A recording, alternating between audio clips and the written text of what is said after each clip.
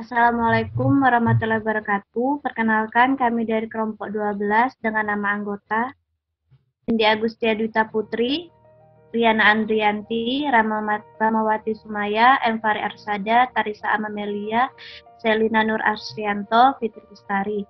Di sini kami akan mempresentasikan kasus 12, yaitu seorang pasien wanita usia 17 tahun dilarikan ke UGD suatu rumah sakit karena keracunan merkuri. Akibat tambalan amalgam giginya pecah dengan gejala gangguan sensori yang cukup parah. Gangguan sensasi dan berkurangnya kemampuan koordinasi. Peristiwa tersebut terjadi 1 jam yang lalu. Apoteker dan dokter berdiskusi mengenai terapi keracunan yang akan dilakukan untuk pasien tersebut. Keracunan merkuri adalah kondisi saat seseorang terpapar merkuri atau raksa dalam jumlah tertentu, yang selanjutnya menyebabkan kerusakan pada gangguan organ seperti jantung dan otak.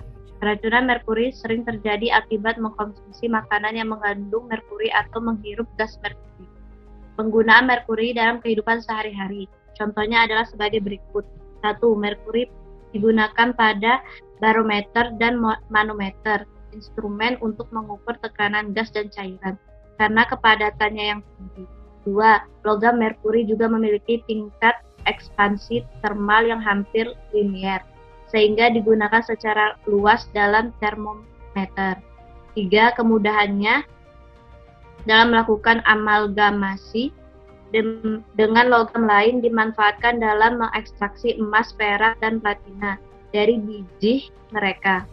4. Merkuri banyak digunakan dalam membuat lampu papan iklan, saklar merkuri, dan peralatan listrik lainnya. 5. Merkuri ini juga digunakan dalam lampu uap merkuri yang memancarkan cahaya yang kaya akan radiasi ultraviolet. Lampu ini biasanya digunakan untuk penerangan jalan seperti lampu sinar matahari dan lampu hitam.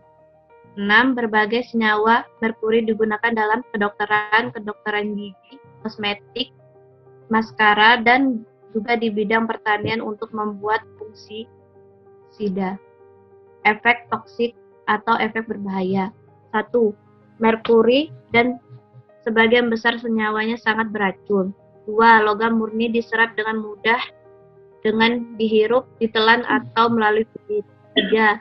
Merkuri juga merupakan polutan dan merkuri kronis yang terkonsentrasi pada jaringan hewan ikan dalam jumlah yang meningkat sampai rantai makanan. Berdasarkan organ tubuh yang terpengaruh, berikut ini adalah gejala keracunan merkuri. 1. Sistem saraf. Keracunan merkuri akan menyebabkan kerusakan pada sistem saraf.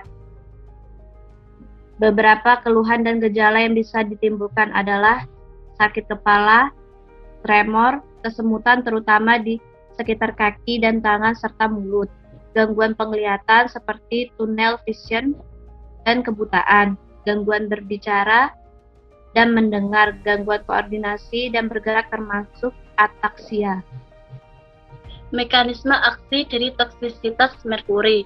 Semua bentuk merkuri menyebabkan efek pada jaringan dan organ, bergantung pada bentuk, level paparan, durasi paparan, dan rute paparan merkuri. Ginjal merkuri merupakan target organ utama di mana merkuri diambil, terutama terakumulasi dan menyebabkan efek keracunan. Merkuri ion organik lebih beracun bagi ginjal daripada merkuri organik. Namun, merkuri organik lebih mampu menyebabkan efek sistemik, termasuk sistem hematopoietik dan jaringan syaraf. Secara umum, keracunan merkuri menyebabkan lesi di tubulus proksimal. Pada kasus keracunan merkuri, HgCl2 menyebabkan nerkosis pada pas serta tubulus proksimal, meskipun dalam dosis efektivitas terendahnya. Mekanisme bagaimana logam beratnya dapat menyebabkan kerusakan spesifik pada tubulus proksimal. Sebenarnya masih belum diketahui secara pasti. Secara ringkas, tempat yang memungkinkan masuknya merkuri ke sel tubulus ginjal, ion Hg2+ terikat dengan GSH dan sistem mengalami filtrasi di glomerulus dan absorpsi sel tubulus proksimal. Next. Gejala keracunan merkuri. Gejala yang timbul akibat keracunan merkuri dapat sangat beragam. Hal ini tergantung pada jenis merkuri yang masuk ke dalam tubuh, cara masuknya, banyaknya merkuri yang masuk, lamanya paparan, usia orang yang terpapar, dan kondisi kesehatan orang tersebut secara umum. Merkuri akan merusak sistem saraf, saluran pencernaan, dan ginjal, serta menyebabkan gangguan jantung, paru-paru, sistem ketebalan tubuh, mata, dan kulit. Berdasarkan organ tubuh yang terpengaruh, berikut ini adalah gejala keracunan merkuri. Yang pertama, sistem saraf. Keracunan merkuri akan menyebabkan kerusakan pada sistem saraf. Beberapa keluhan dan gejala yang bisa timbul adalah sakit kepala, tremor, kesemutan, terutama di sekitar tangan dan kaki, serta mulut, gangguan penglihatan seperti tunnel vision dan kebutaan, gangguan bicara dan mendengar, gangguan koordinasi dan pergerakan termasuk ataksia, gangguan emosi dan fungsi kognitif, kelemahan otot, sulit berjalan hingga hilang ingatan.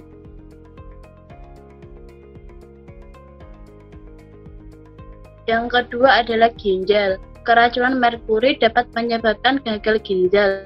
Kondisi ini dapat dikenali dengan munculnya gejala berupa urin yang keluar sedikit, mual terus-menerus, sesak napas yang tidak jelas penyebabnya, dan tubuh terasa sangat lemas.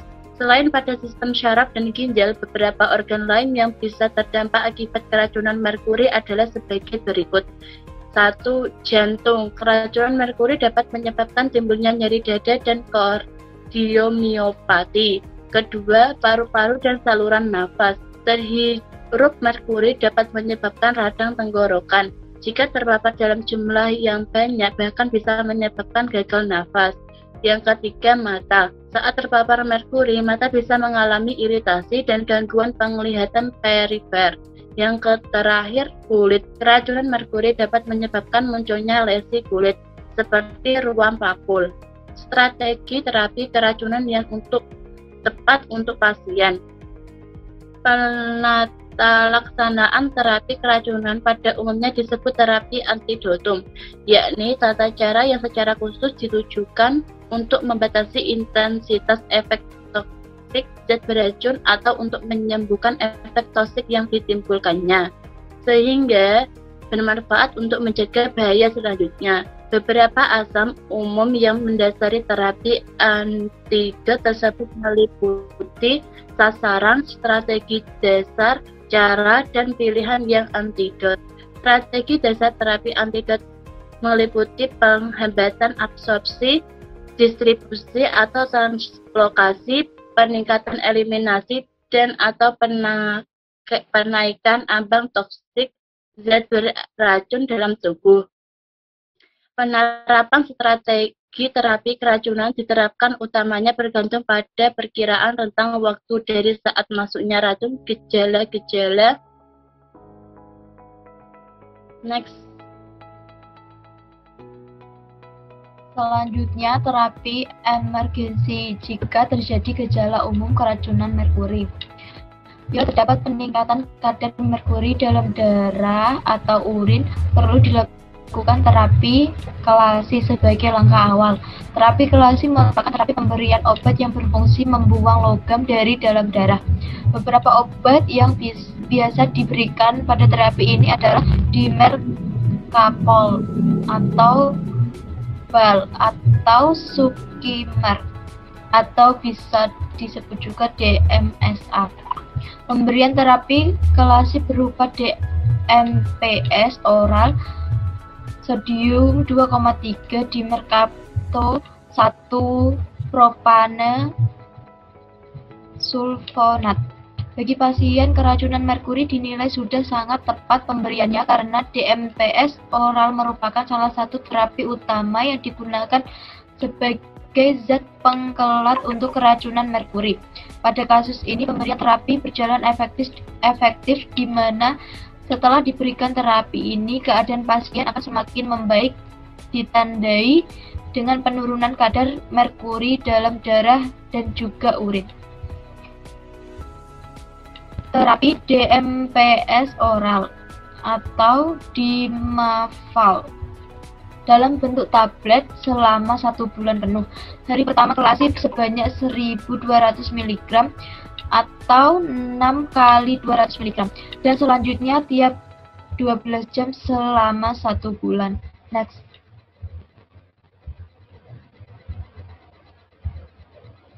Pasien memerlukan terapi antidot di mana dokter meresepkan antidot di Mercaprol dan apoteker di UGD menyiapkan antidot tersebut untuk pasien. Berikut gambaran resep untuk antidotum spesifik. Mekanisme antidot tersebut ialah untuk hambatan bersaing, kompleksasi, penggantian bersaing, dan reaksi kelasi. Next. Demikian presentasi dari kelompok kami. Apabila ada kesalahan kata, kami mohon maaf. Wassalamualaikum warahmatullahi wabarakatuh.